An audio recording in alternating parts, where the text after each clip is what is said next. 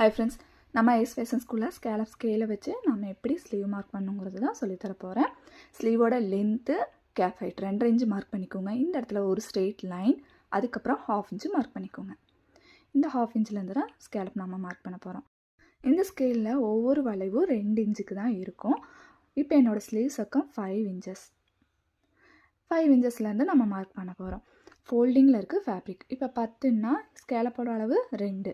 அப்போ எத்தனை ஸ்கேலப் கிடைக்கும்? 5 தான் கிடைக்கும். இல்லை எனக்கு ஸ்கேலப் நிறைய வேணும்னு கஸ்டமர் கேட்குறாங்கன்னா 1.5 இன்ச்சுக்கு நீங்கள் மார்க் பண்ணுங்கள். 1.5 இன்ச்சுக்கும் போது 6லேருந்து 7 ஸ்கேலப் கிடைக்கும்.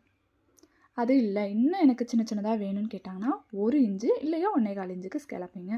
அப்போ 10ன்னா 1 இன்ச்சு வச்சிங்க அப்படின்னா 10 ஸ்கேலப் கிடைக்கும். திருப்புறது மட்டும் கொஞ்சம் பார்த்து பொறுமையாக திருப்பிக்கோங்க. ஸ்லீவோட சர்க்கம் பெருசாக இருக்குன்னா கண்டிப்பாக நீங்கள் 2 இன்ச்சு ஸ்கேலப் வைங்க. ஸ்லீவ் சர்க்கம் குட்டியாக இருக்குன்னா 1.5 இன்ச்சுக்கு ஸ்கேலப் அளவு வச்சு மார்க் பண்ணிக்கோங்க.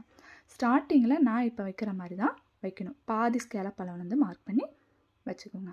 ஸ்கேலப் முடிகிற இடத்துல இந்த மாதிரி ஸ்ட்ரெயிட்டாக வந்துடணும். அதுவும் நான் வச்சுக்கோங்க. ஓகேவா? ரொம்ப இம்பார்ட்டண்ட் என்னென்னா ஸ்டிச்சிங் பண்ணுறதுக்கு கேன்வாஸ் கம்பல்சரி யூஸ் பண்ணி ஸ்டிச்சஸ் பண்ணிங்கன்னா ஃபினிஷிங் ரொம்பவே நீட்டாக இருக்கும். சைடில் ஸ்டிச்சிங்க்கு 1.5 இன்ச்சு. இந்த இடத்துல தான் ஸ்ட்ரெயிட்டாக இருக்கணும்.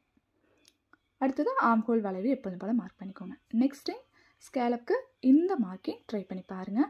வீடியோ பிடிச்சிருந்துச்சுன்னா லைக் அண்ட் ஷேர் பண்ணுங்கள். மறக்காமல் நம்ம பேஜையும் ஃபாலோ பண்ணிக்கோங்க.